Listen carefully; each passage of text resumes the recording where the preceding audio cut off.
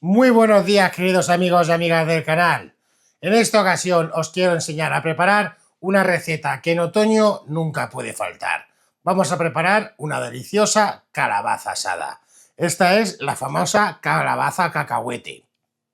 Yo la voy a hacer en la freidora de aire, pero si no tenéis freidora de aire, la podéis hacer de la misma forma en el horno. Para hacerla con la freidora de aire tendremos que poner nuestra máquina a 180 grados durante 35 minutos. Mientras la freidora se va precalentando, es muy sencillo. Esta calabaza que tengo yo aquí pesa unos 850 gramos, más o menos. Lo que vamos a hacer es cortarla a la mitad. Tener cuidado porque las calabazas son muy duras y os podéis cortar a la hora de cortarlas. Una vez la tengamos cortada a la mitad, lo que vamos a hacer con la ayuda de una cuchara será sacar todas las semillas. Meteremos la cuchara hundiéndola y con cuidado de no quitarle nada de carne, vamos a dejarla bien limpia.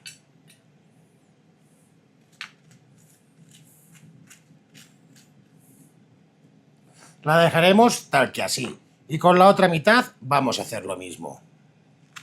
Una vez las tengamos limpias, con la ayuda de un tenedor la vamos a pinchar un poco. Tampoco hace falta que hagáis muchos pinchazos. Con pincharla un poquito nos valdrá.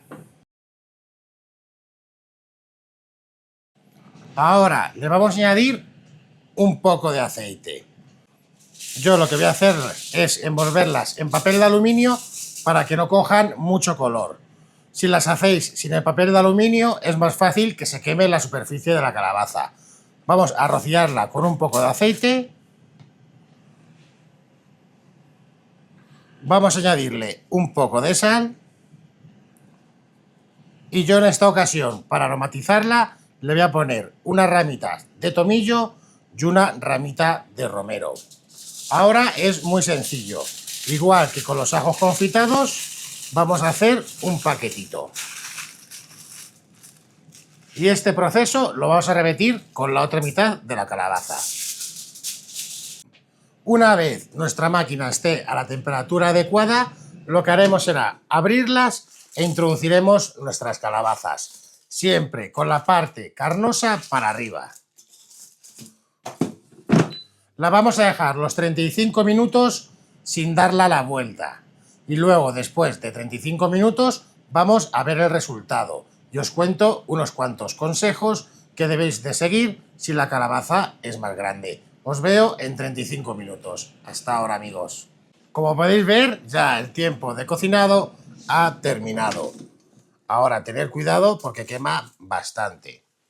Lo que vamos a hacer es sacar una de nuestras calabazas para ver cómo se encuentran.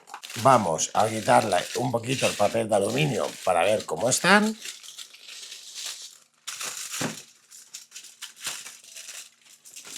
Como podéis ver, no está cogiendo nada de color, que es lo que yo quiero, porque quiero que se quede bien naranjita.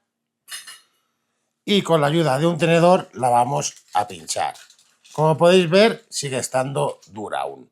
Entonces le voy a meter otra media hora más.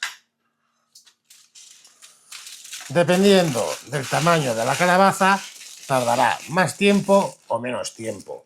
Contra más grande sea, más tiempo tardará. Así que la voy a volver a meter y le voy a dar otros 35 minutos a 180 grados. Una vez haya pasado nuestro segundo tiempo de cocinado, tendremos listas nuestras calabazas. Tener cuidado porque queman un montón. Para saber que la calabaza está lista, lo que tenemos que hacer es, con la ayuda de un tenedor, pincharlas. Mirad qué suavidad. Tiene que quedar así de blandita. Como os dije antes, dependiendo del tamaño de la calabaza, tardará más tiempo o menos tiempo en hacerse. Tener cuidado porque aunque parezca que no, la calabaza está muy caliente.